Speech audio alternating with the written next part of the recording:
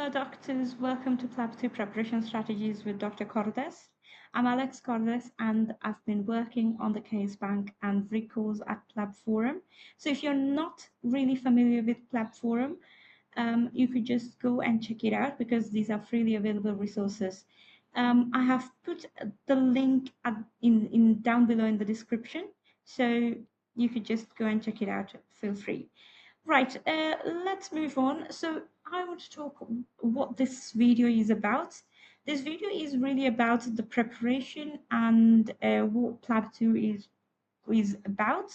So this will be beneficial for someone who's in the first stage of their preparation for PLAB 2, or someone who's actually thinking of taking PLAB 2 but haven't really decided on it. So this video is for you guys. So let's first talk about how PLAB 2 is scored. If you go to the GMC website, there's a full description of how you're going to get scored. It's very detailed, it's very nice, it's very informative. But right now, I just want to talk about, very briefly touch bases with you about how you're going to get scored during your exam. So the whole thing is just 12 marks, but these 12 marks are divided into 3 sections: interpersonal skills, data gathering, and management. So from this, as I see, interpersonal skills are very important. I'm not saying that data gathering and management is not that important, but they are important. But interpersonal skills give you the ability to actually deliver the right news, deliver it correctly. So in the data gathering part, if you don't have the interpersonal skills, you're at a loss of how you're going to ask questions from the patients, because you don't want to seem rude, but at the same time, you want to ask the right questions and take the right answers from the patient.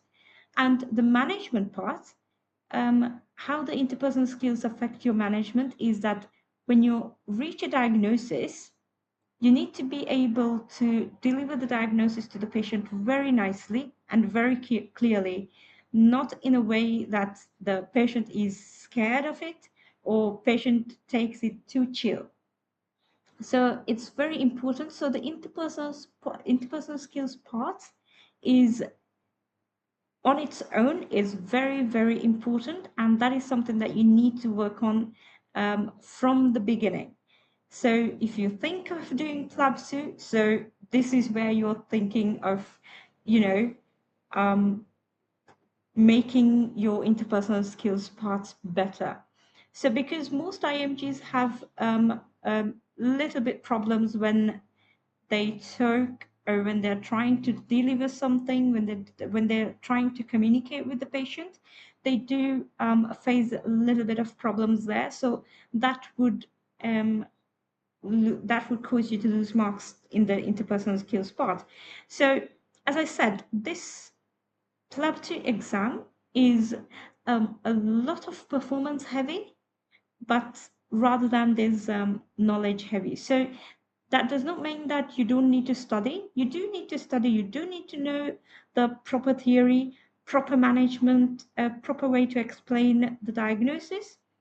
But it's all about how you're delivering the news, how you're delivering the station. So it's important. The two things that are important in these stations are the communication and the structure, the history taking structure or the data gathering structure that should be in your head. So that you need to pay a little bit more attention into it. So all these there are little structures that are available. So if you can get your mind through it and then practice well so that it is inside your bones, you don't have to really think about it, it just comes to your mind. So if your structure is like that, then you're good to go. Okay.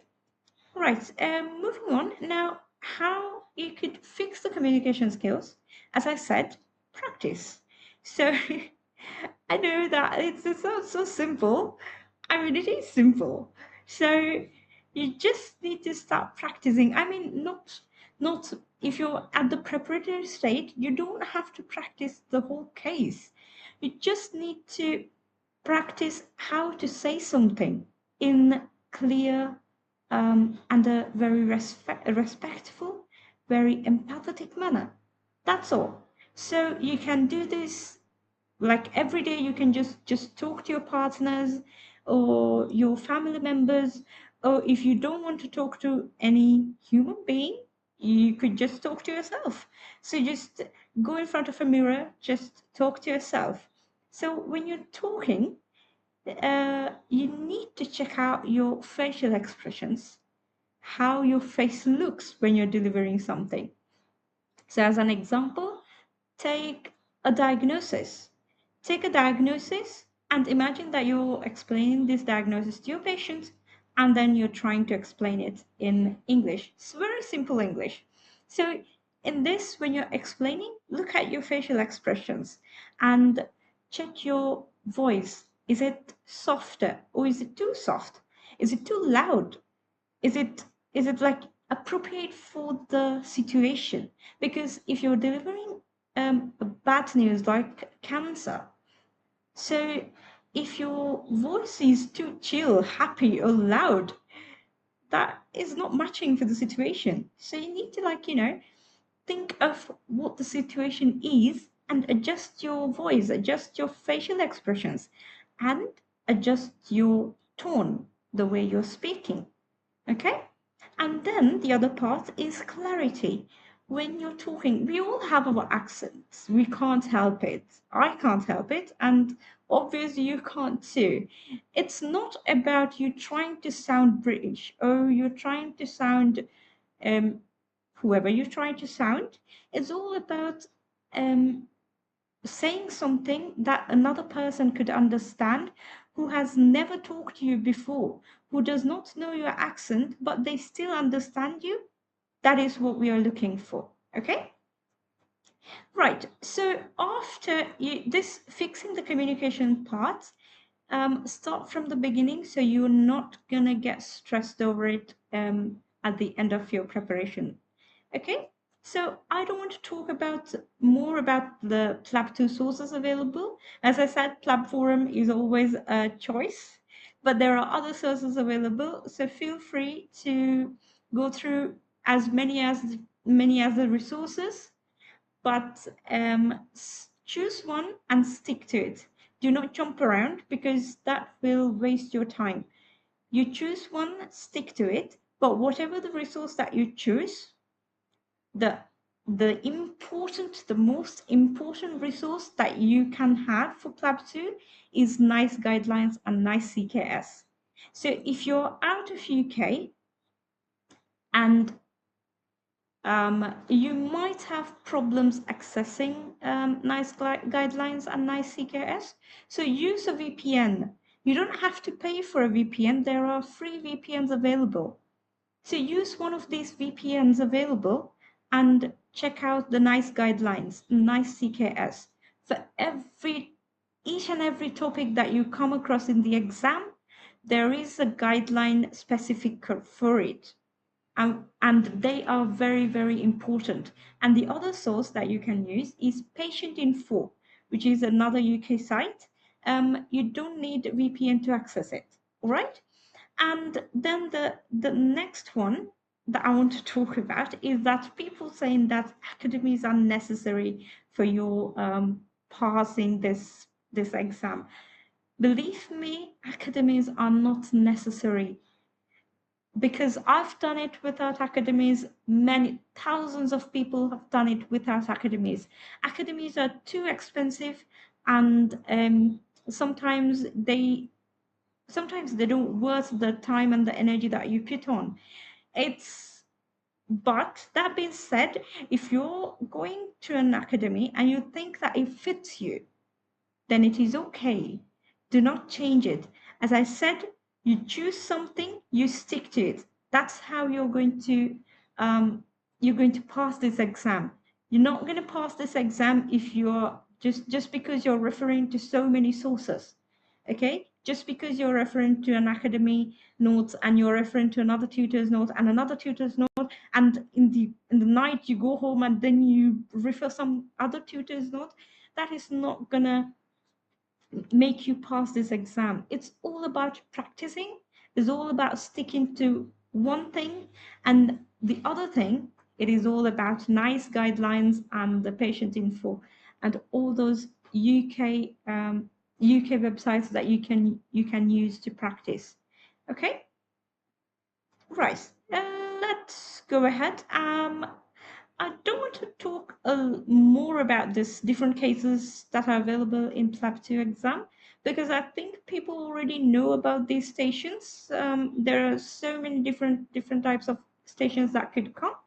But from this, the most important thing that I think is this examination stations where people mistakenly think that it is a history taking station, and when you go inside you think that it's a history taking station and you keep on taking your histories, and then you are losing your time, you won't have enough time to do your examination, so ultimately it will be very very bad for you in the in the marks wise, because without the examination it will be really really hard for you to pass that station.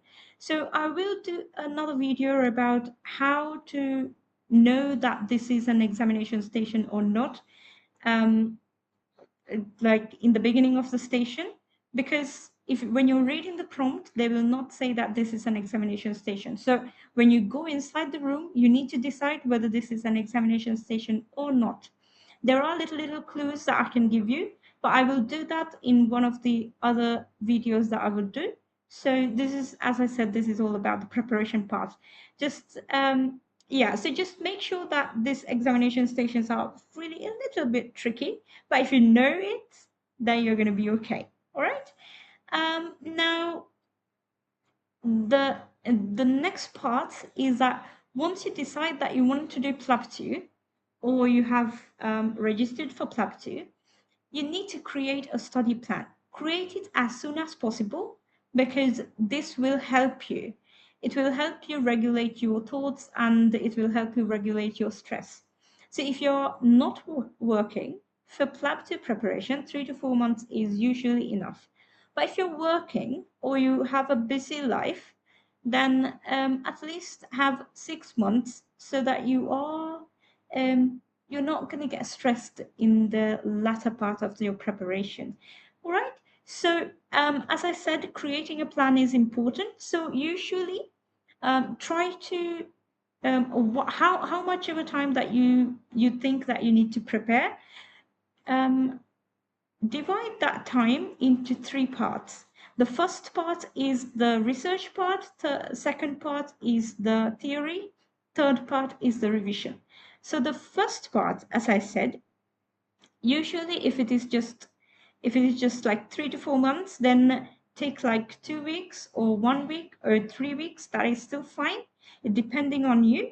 So if you take 2 weeks, then this is all about the research about what PLAB 2 really is. Go to the GMC websites and check out what PLAB 2 is, what are the options that you will have after you complete PLAB 2, and then the PLAB 2 learning resources, theory resources. So as I said, NICE guidelines and NICE CKS is not optional.